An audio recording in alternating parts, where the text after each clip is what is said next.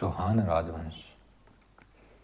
चौहानों के बारे में पढ़ेंगे तो जो 7वीं से 12वीं शताब्दी का युग है ना, वो राजपूतों का युग कहलाता है। कैसे? क्योंकि उस समय राजपूतों ने शासन किया था। तो ये 12 लिखा हुआ ना, इसको उल्टा कर दो, रा बन जाएगा और राजपूत युग। राजपूत युग कब तक था? 12 तक, 7 से 12 तक था। फिर चौहान उत्पत्ति के मत क्या क्या हैं? एक तो कुछ बताते हैं अग्निकुंड से उत्पन्न हुए थे, कुछ कहते हैं सूर्यवंशी हैं, कुछ कहते हैं चंद्रवंशी, इंद्र के वंशज, विदेशी मत, वैदिक आर्यों की संतान जिन्हें विशुद्ध भारतीय कहते हैं, और एक ब्राह्मण मत। ऐसे बहुत सारे मत हैं। अब देख लेते हैं किसने क्या मत दिया था। सबसे पहले अग्निकुंड का सिद्धांत है, वो लेते हैं अपने। अग्निकुंड का सिद्धांत पृथ्वीराज रासो का एक ग्रंथ है चंद्रवरदाई, उसमें बताया गया है। और उसमें कहा गया है कि ऋषि वशिष्ठ नाम का एक व्यक्ति था जिसने एक यज्ञ किया था, और उस यज्ञ के अग्निकुंड से 4 योद्धा उत्पन्न हुए थे, गुज्जर, प्रतिहार, परमार और चालुक्य। गुज्जर, परमार, चालुक्य, चौहान। गुर्जर, परमार, चालुक्य, चौहान।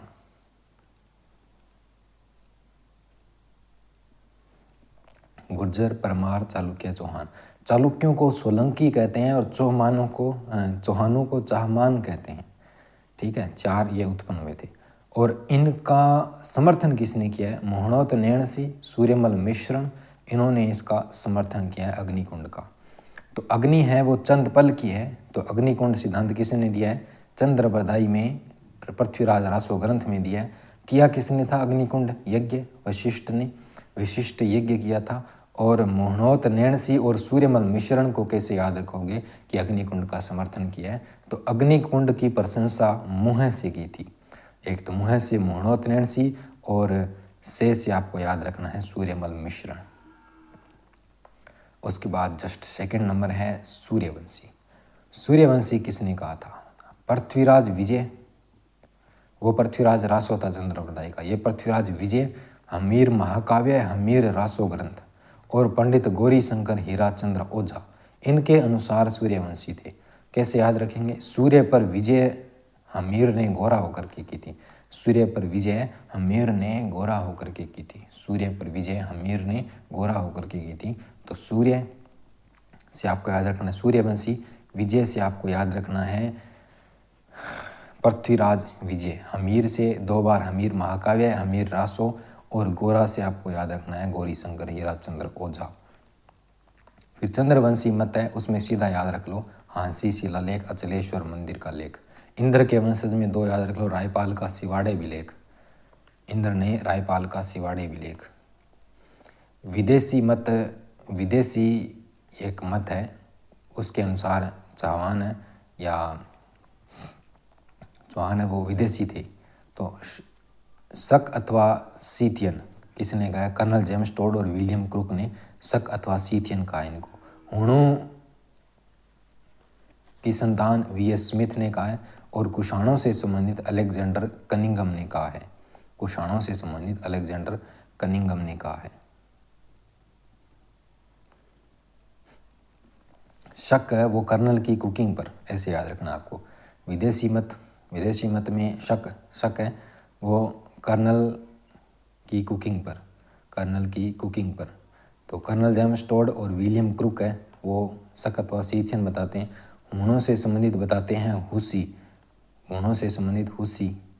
स्मिथ, और कुषाणों से संबंधित आपका कनिंघम है। बोर्च गुज्जर ताम्रपत्र 678 के आधार पर अलेक्जेंडर कनिंघम ने कुषाण अथवा यूतियों का वंशज बताया है।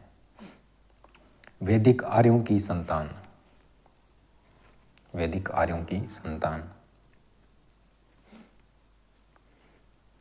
C.V. वैद्य, गौरी शंकर हीराचंद्र ओझा, इन्होंने वैदिक आर्यों की संतान यानी कि विशुद्ध भारतीय कहा है। तो वैद्य गौरी शंकर, वेद से आपको आगे कनेक्ट करना है वैद्य, और वैद्य कौन है? गौरी शंकर है। तो वैदिक और वैद्य से आपका C.V. वैद्य, गौरी शंकर से गौरी शंकर हीराचंद्र ओझा।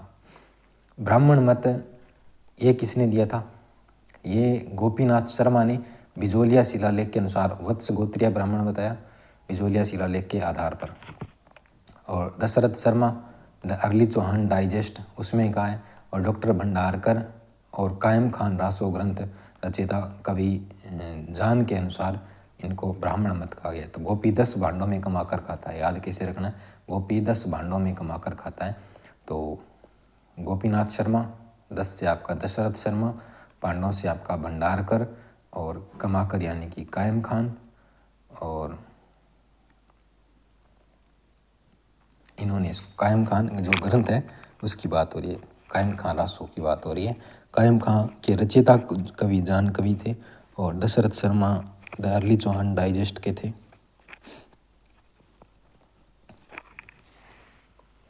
फिर सांबर अथवा अजमेर के चौहान। चौहानों का मूल स्थान क्या था? सपाद लक्ष्य था, सांबर के आसपास का क्षेत्र। इन्हें शाकंभरी सांबर के चौहान या चाहमान कहा गया, इसीलिए इनको सांबर या शाकंभरी के चौहान कहा गया। और चौहानों ने प्रारंभिक राजधानी किसे बनाया था? चौहानों की पहली राजधानी अनार आते ही अहि छत्रपुर नागौर को बनाया था। इसके बाद क्रमशः सांभर और अजमेर बना था। तो ए याद रखना है, अहि छत्रपुर, सांभर, अजमेर। फिर सबसे पहला शासक वासुदेव चौहान। सबसे पहला शासक वासुदेव चौहान 551 ईस्वी। चौहान वंश का संस्थापक, आदि पुरुष, मूल पुरुष, जिसने 51 रुपये का प्रसाद न चढ़ा करके 551 का चढ़ाया और चौहान वंश की स्थापना की थी, सांबर के चौहानों की स्थापना। बिजोलिया शिलालेख के अनुसार ये वत्स गोत्र का ब्राह्मण था, वासुदेव वत्स गोत्र का, आदि पुरुष, मूल पुरुष, चौहान वंश का संस्थापक। सांबर झील का निर्माण करवाया था, बिजोलिया शिलालेख के अनुसार भी यही कहा जाता है। राजधानी अहि छत्रपुर को बनाया था इसने। प्रारंभ में चौहान गुर्जर प्रतिहारों के क्या हुआ करते थे? सामंत हुआ करते थे। परंतु जो गुवुक आया था ना, गुवुक दुर्लभ राज का दुर्लभ पुत्र, इसने अधीनता को अस्वीकार कर दिया था और ये नागभट्ट द्वितीय का सामंत था। ये किसका सामंत था? नागभट्ट द्वितीय का। तो इसने सबसे पहले काम गोलमाल कर दिया। गुवुक प्रथम आता है, गुवुक प्रथम दुर्लभ पुत्र था दुर्लभ राज का और नागभट्ट द्वितीय का सामंत था। हर्षनाथ मंदिर सिक्कर का निर्माण कराया था। हर्षनाथ जी चौहानों के इष्ट देव आराध्य देव हैं। हर्षनाथ जी चौहानों के इष्ट देव आराध्य देव हैं। फिर चंदन राज की पत्नी का राज, चंदन राज आता है।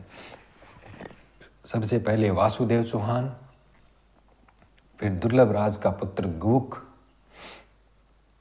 वासुदेव चौहान, फिर दुर्लभ राज का पुत्र आ जाता है गुवुक, और फिर चंदन राज आता है। चंदन राज इसकी पत्नी रुद्राणी पुष्कर झील में प्रतिदिन 1000 दीपक जला करके महादेव की उपासना करती थी और यह राज था, चंदन राज की पत्नी रुद्राणी।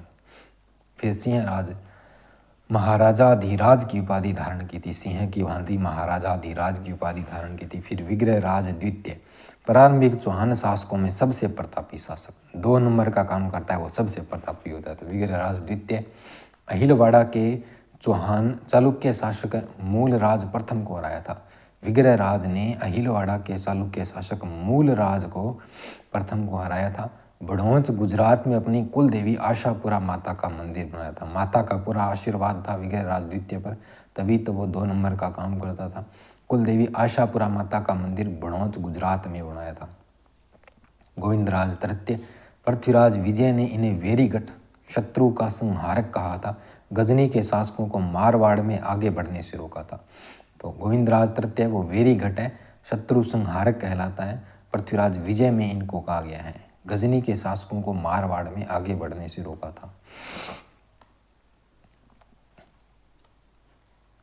चामुंड राज, दुर्लभ राज तृतीय और विग्रह राज तृतीय। चामुंड राज, दुर्लभ राज, फिर विग्रह राज तृतीय, फिर आता है आपका पृथ्वीराज प्रथम। अजय राज का पिता था, जो कौन था? अजय राज का पिता। और पृथ्वीराज विजय ग्रंथ रचयिता जानक में बताया गया कि इन्होंने 700 चालुक्यों को मार गिराया था। पृथ्वीराज प्रथम इतना खतरनाक था कि 700 चालुक्यों को मार डाला था जो पुष्कर में ब्राह्मणों को लूटने आए थे। इसका पुत्र था अजय राज चौहान 1105 से 1133। इसका काल क्या है? 1105 से 1133। 1113 में इन्होंने अजमेर नगर की स्थापना कर अजमेर को राजधानी बनाया था। तो दूसरी राजधानी बन गई। पहली कौन थी? अली छत्रपुर, दूसरी अजमेर, नहीं बीच में एक और है ASA, सांबर बनी थी बीच में, और फिर ये अजमेर बनी थी। तो ये लास्ट तीसरी राजधानी थी सांबर के चौहानों की। अजमेर नगर की स्थापना कर अजमेर को राजधानी बनाया। अजय देव अजय प्रिय नाम से चांदी के सिक्के चलाए थे। जो शहर स्थापना करेगा वो सिक्के भी चलाएगा। अजमेर नगर की स्थापना अजय राज ने की थी और सिक्कों पर इनकी रानी सोमल देवी का नाम भी अंकित मिलता है। शहर बसाया, सिक्के चलाए और नाम सोमल देवी का लिखा था। अजय राज से संबंधित है सोमल देवी। अर्णोराज आनाजी, अजय राज के बाद अर्णोराज आनाजी आते हैं 1133 से 1155। वो 1103 से 1105 से 1133 थे। ये 1133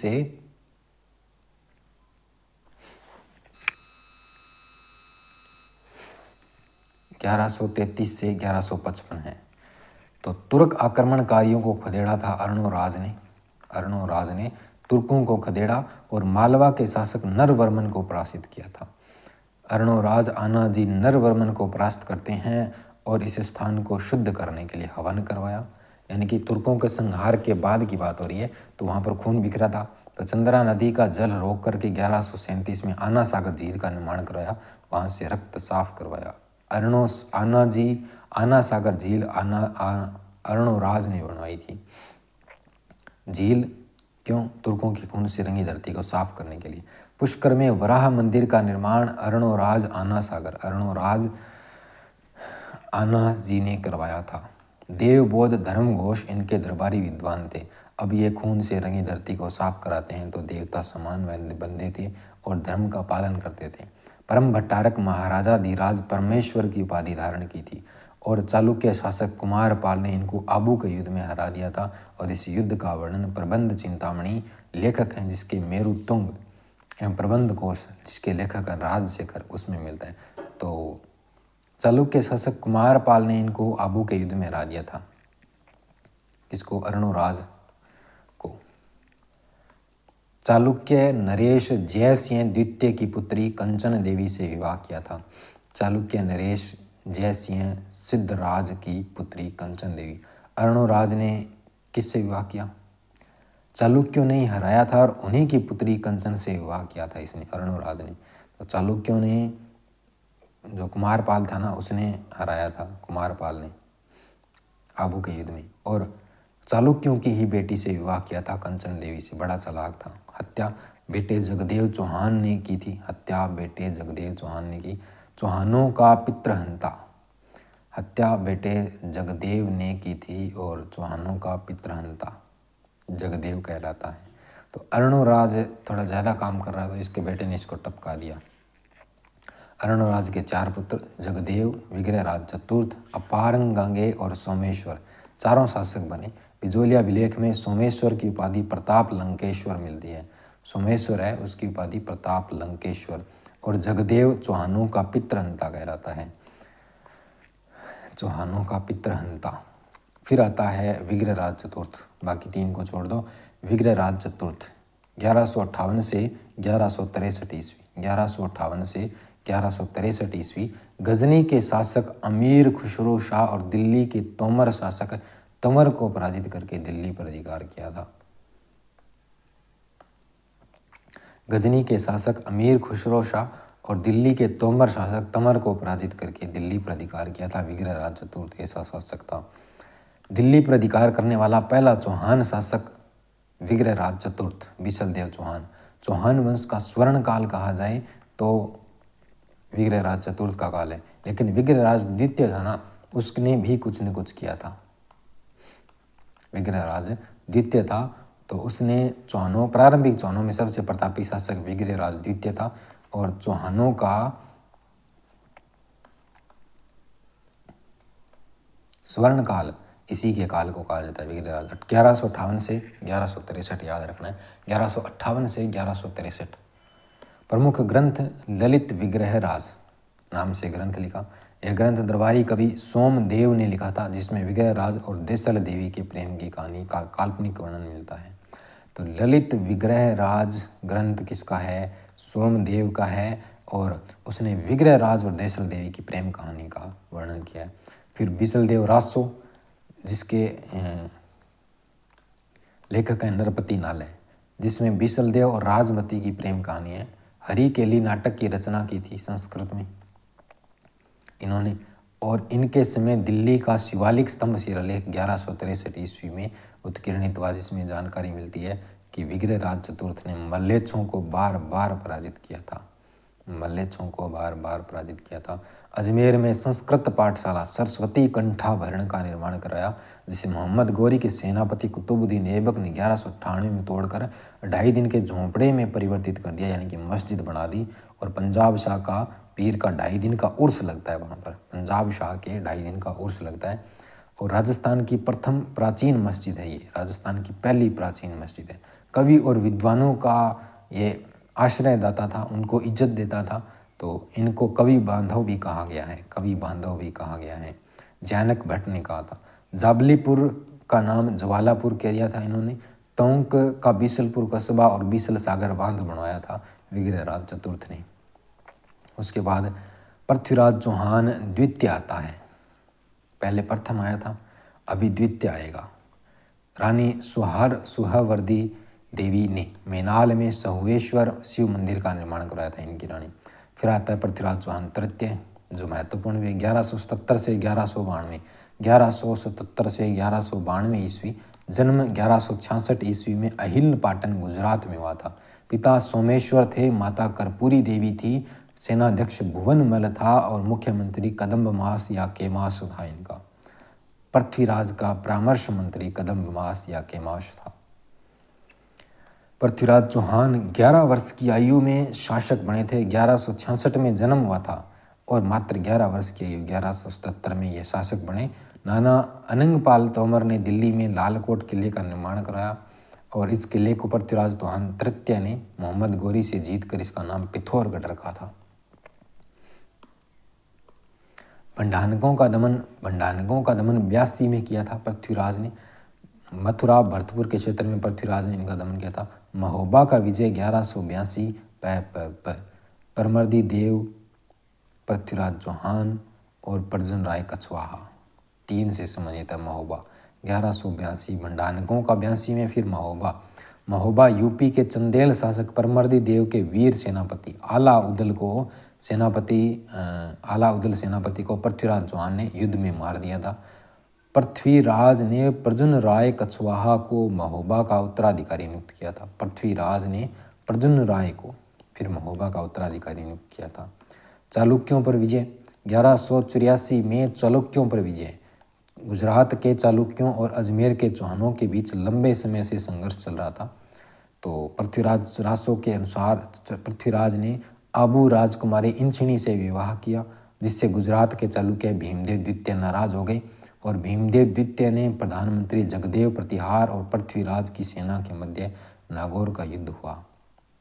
प्रधानमंत्री भीमदेव द्वितीय का कौन था? जगदेव प्रतिहार और पृथ्वीराज की सेना, इनके मध्य नागौर का युद्ध हुआ।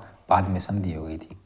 फिर कन्नौज उत्तर प्रदेश के शासक जयचंद गढ़वाल की पुत्री संयोगिता से पृथ्वीराज ने गंधर्व विवाह किया था।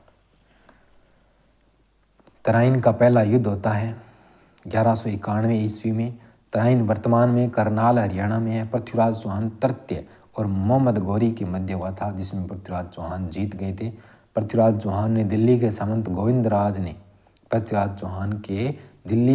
गोविंदराज ने मोहम्मद गौरी का दांत तोड़ दिया था। मोहम्मद गौरी गजनी भाग गया, लेकिन पृथ्वीराज ने गौरी की सेना का पीछा नहीं किया, ये गलती कर दी। फिर तराइन का दूसरा युद्ध होता है, जिसमें पृथ्वीराज चौहान तृतीय और मोहम्मद गौरी के मध्य वापस युद्ध हुआ। पृथ्वीराज चौहान हार गए। भारत में मुस्लिम शासन की स्थापना हुई। पृथ्वीराज चौहान को सिरसा के पास बंदी बना लिया गया था।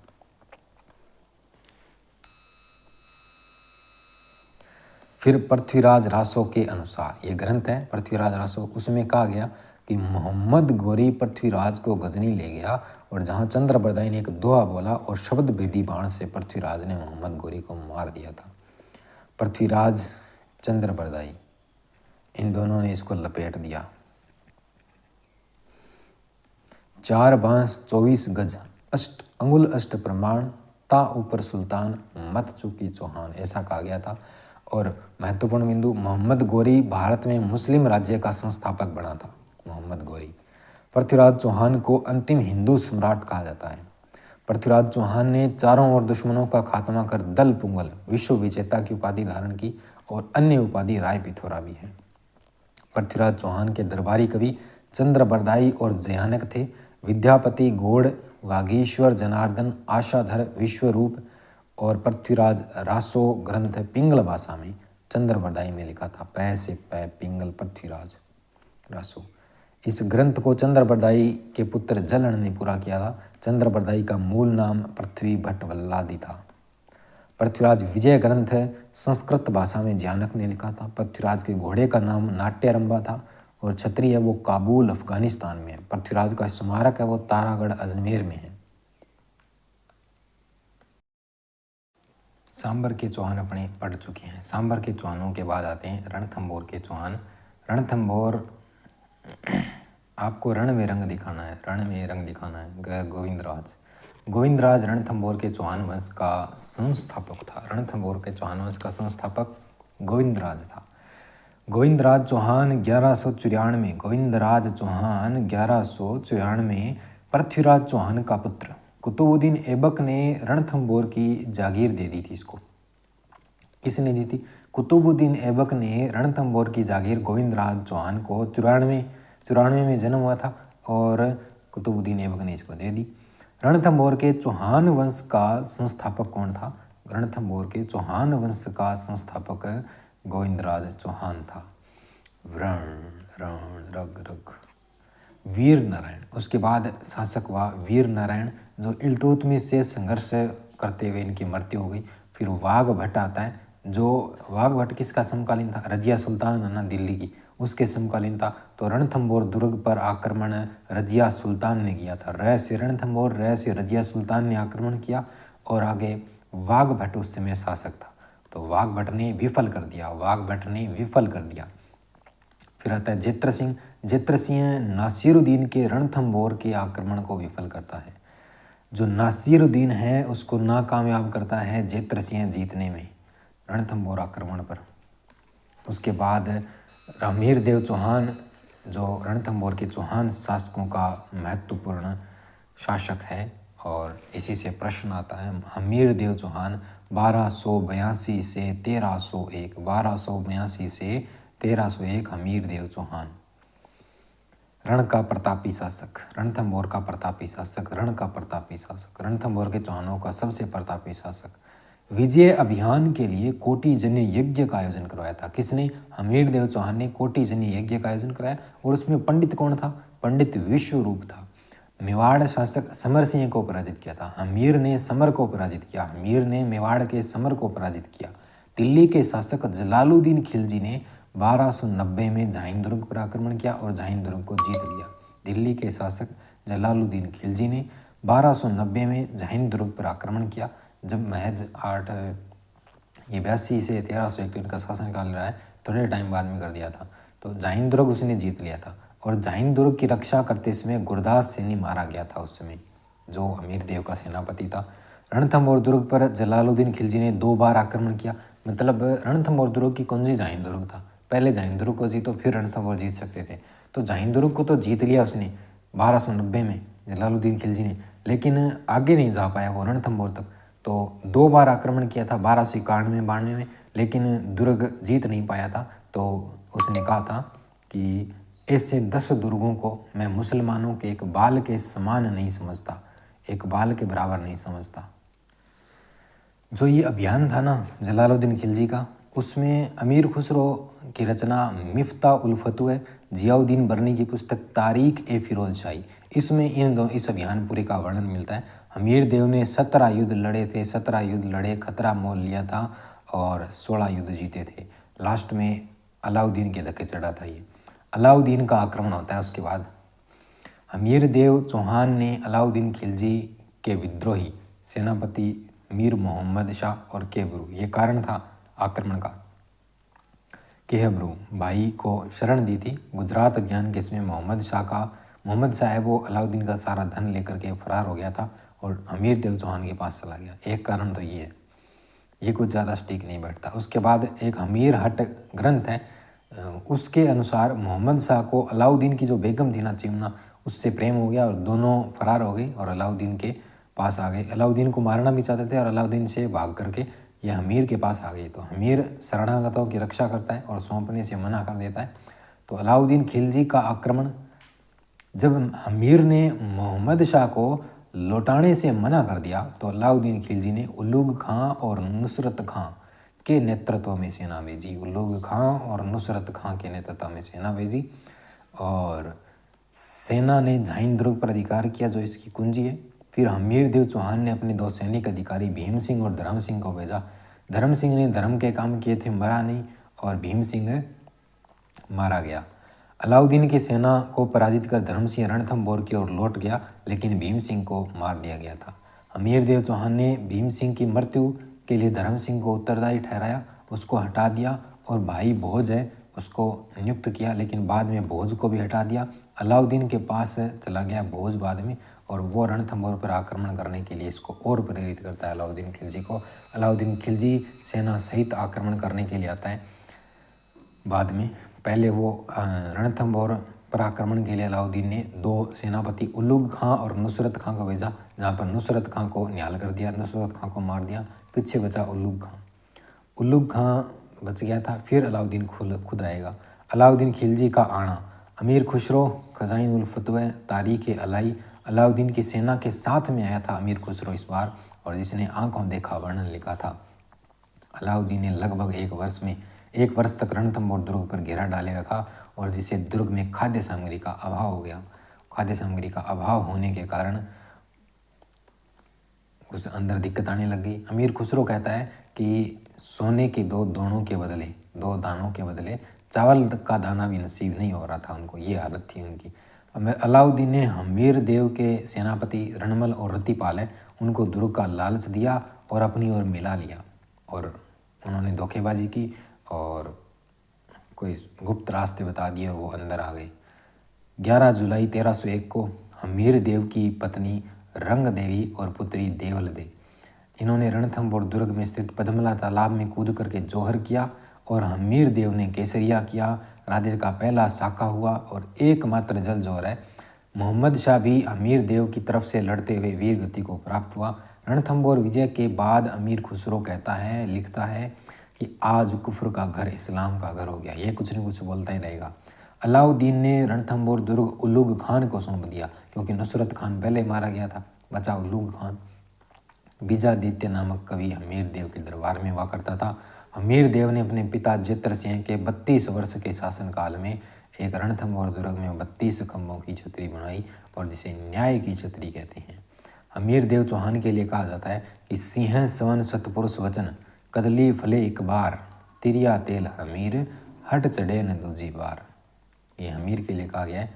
और कुछ ग्रंथ हैं। हमीर महाकाव्य है, उसके लेखक नयन चंद्र सूरी हैं। हमीर रासो 14वीं शताब्दी वाला संस्कृत भाषा में उसके सारंगधर, और हमीर रासो 18वीं शताब्दी वाला अहीरवाटी में है, वो जोधराज है। हमीर हट चंद्रशेखर ने लिखा है, और सुरजन चरित्र ये भी चंद्रशेखर ने। हमीर बंधन अमृत विलास ने, और हमीर रायण है वो भांडव व्यास ने लिखा है।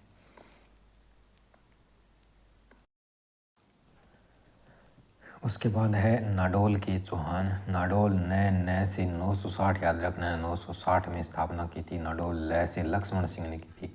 तो शाकंभरी के चौहानों के बाद प्रथम चौहान राज्य था। ये संस्थापक लक्ष्मण चौहान हुआ इसका 960 में। शाकंभरी नरेश वाकपति राज का पुत्र था। लक्ष्मण वाकपति राज का पुत्र था।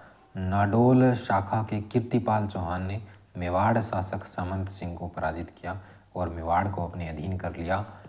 तो नाडोल के चौहान जालोर के चौहानों में विलीन हो गई थी। उसके बाद तो कीर्तिपाल चौहान है वो जालोर से आगे बढ़ेगा। तो जालोर के चौहान, उसके बाद संस्थापक कीर्तिपाल चौहान 1181 जालोर की कीर्तिपाल चौहान, इन्हीं को सोनगरा चौहान कहते हैं। कीर्तिपाल ने परमारों से छीनकर जालोर पर अधिकार किया था। कीर्तिपाल ने जालौर को परमारों से छीन करके इस पर अधिकार किया था। प्राचीन काल में शिलालेखों में जालौर का नाम जावलीपुर, जालौर किले का नाम सुवर्णगिरी और सोनगढ़ पर्वत से इस शाखा का नाम सोनगरा चौहान निकला था। चाचिंग देव उसके बाद कीर्तिपाल के बाद चाचिंग देव सुल्तान के दिल्ली के सुल्तान नसीरुद्दीन महमूद और बलबन का समकालीन था। फिर भी इनके इसमें कोई आक्रमण नहीं हुआ, तो चाचिंग देव के इसमें कोई आक्रमण नहीं हुआ। उसके बाद शासक बना कानड़ देव 1305 से 1311, 1305 से 1311 बीच में दो बार तो आक्रमण हो गया। कानड़ देव प्रबंध रचयिता थे पद्मनाभ। तो वो जालौर के शासक अखेराज के दरबारी कवि थे ये पद्मनाभ। तो उनके अनुसार अलाउद्दीन खिलजी ने गुजरात अभियान के लिए रास्ता मांगा था कानड़ देव से, लेकिन कानड़ देव ने देने से मना कर दिया। कानड़ देव के मुख्यमंत्री जेता देवड़ा था, उसने रास्ते को तो छोड़ो, उसने अलाउद्दीन की सेना को लूटा, उस पर हमला किया और जाने नहीं दिया। मुणोत नैणसी के अनुसार अलाउद्दीन खिलजी की पुत्री फिरोजा और कानड़ देव के पुत्र वीरम देव इन दोनों की आपस में शादी करवाना चाहती थी। फिरोजा चाहती थी, ये कानड़ देव का पुत्र वीरम देव नहीं चाहता था। तो परंतु वीरम देव ने शादी करने से मना कर दिया। एक कारण ये है और दूसरा वो गुजरने न देना। तो इनके कारण अलाउद्दीन है वो पहले सिवाना पर आक्रमण करता है। 2 जुलाई 1308 को अलाउद्दीन